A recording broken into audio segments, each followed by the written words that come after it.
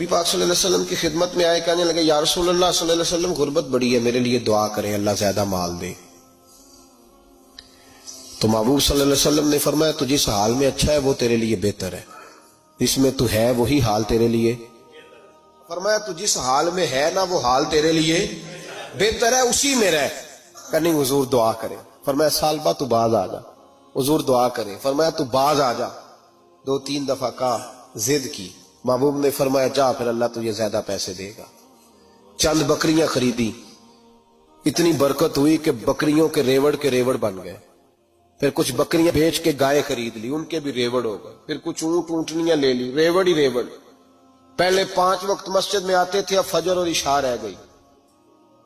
پھر مال زیادہ ہوا تو مدینے شہر میں کوئی جگہ ہی نہیں، مدینے سے باہر حویلی خریدی، پھر جمعہ ہی رہ گیا، جمعے کے جمعے آتے۔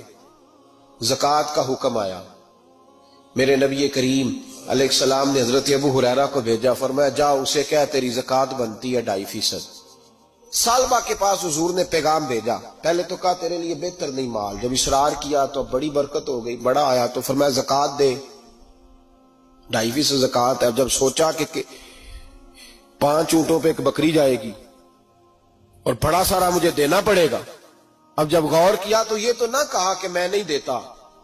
حضرت ابو ہریرہ سے کہنے لگے نبی کریم علیہ السلام کی خدمت میں عرض کرنا کہ میں خود آؤں گا۔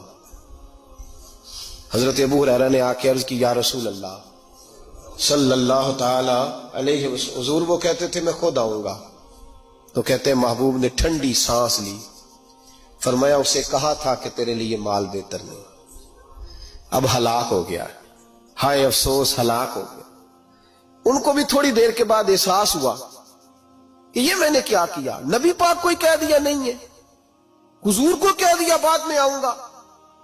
اب دوڑے آئے، عرض کی حضور میں سارا کچھ لے کے آئے ہوں، قبول کر لیں۔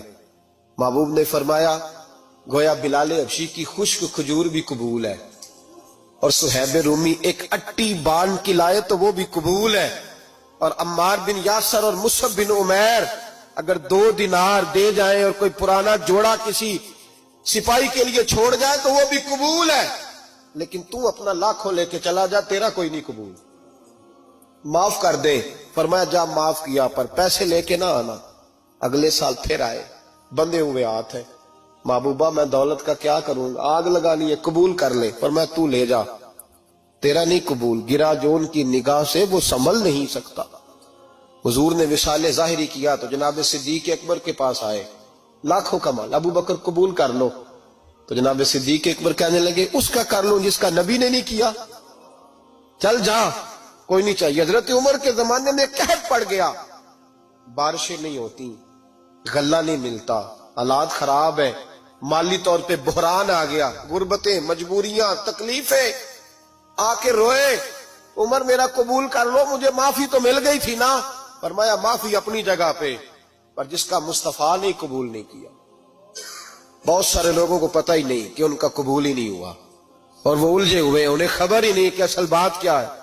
فرمایا جس کا مصطفیٰ کریم نے قبول نہیں کیا، اب ہیرے اور جواہرات بھی لے کے آئے تو بھوکے مریں گے، پر اس کا قبول، اس بات پہ راضی رہو اس حال میں اللہ نے رکھا ہوا ہے، اس حال میں راضی رہو۔ یہ جو مصیبت ہے نا دیکھنی کہ وہ بھی میرے پاس، تمہیں کیا پتا، کبھی پوچھ تو صحیح اس سے وہ کس مصیبت کا شکار ہے، جو مالی طور پہ بڑا امیر ہے، تو اس کی طرف دیکھ کے اپنا دل برا کرتا ہے۔ بس جس حال میں رب نے رکھا ہے اس حال میں رہ۔ حضرت عثمان غنی کے زمانے میں تو وہ وصال کر گئے، لیکن بھائی تو جس حال میں تیرا رب تجھے رکھتا ہے اس حال میں رہ، تیری مالی پریشانیاں ختم ہو جائیں گی۔